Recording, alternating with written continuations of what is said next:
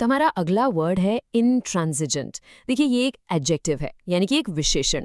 इसका मतलब होता है कोई ऐसा इंसान जो अपने विचारों को लेकर इतना अड़ियल हो, इतना जिद्दी हो कि वो कुछ भी बदलने या किसी भी बात पर अग्री करने से साफ मना कर दे।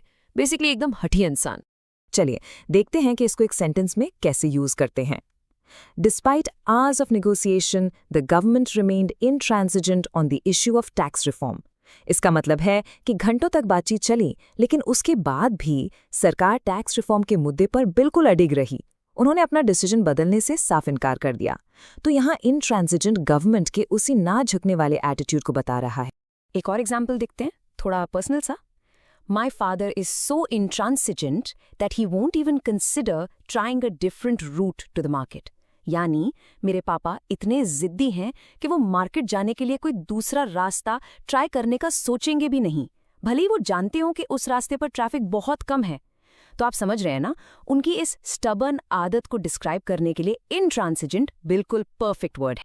ओके, अब इसको एक प्रोफेशनल सेटिंग में देखते हैं। The company's intransigent position during the strike led to a complete breakdown in communication with the union.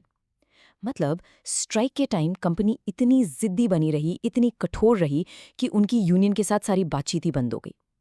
तो इससे एक चीज़ तो साफ है कि इंट्रांजिजेंट होने से सिचुएशन अक्सर और भी बिगड़ जाती है। आपको ये वर्ड ऐसी पावरफुल कोट्स में भी मिलेगा। The world suffers a lot, not because of the violence of bad people, but because of the silence of good people who remain intransigent to the calls for change. Wow, कितनी गहरी बात है। इसका मतलब है कि दुनिया को बुरे लोगों से उतना नुकसान नहीं होता जितना अच्छे लोगों की खामोशी से होता है, खासकर तब जब वो बदलाव की पुकार पर इंट्रांजिजेंट हो जाते हैं, मतलब बदलने से इनकार कर देते हैं। तो अब चलिए इसके कुछ सिनोनिम्स देखते हैं, यानी सेम मीनिंग वाले वर्ड्स। ये हैं अनकॉम्प्रोमाइजिंग, इनफ्लेक्सिबल, स्टबर्न, अनयील्डिंग और ऑब्स्टिनेट। इन सभी वर्ड्स का मतलब लगभग वही है, जिद्दी, अड़िग या जो अपनी बात से बिल्कुल ना हिले। और अब आते हैं इसके एंटोनिम्स पर, यानी इसके ऑपोजिट वर्ड्स। तो वो हैं फ्लेक्सिबल, कंप्लायंट, यील्डिंग, अग्रीएबल और सबमिसिव।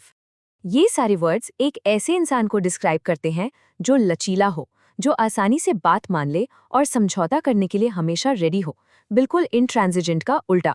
बस आज के लिए इतना ही। मिलते हैं नेक्स्ट वीडियो में। Happy learning, bye bye.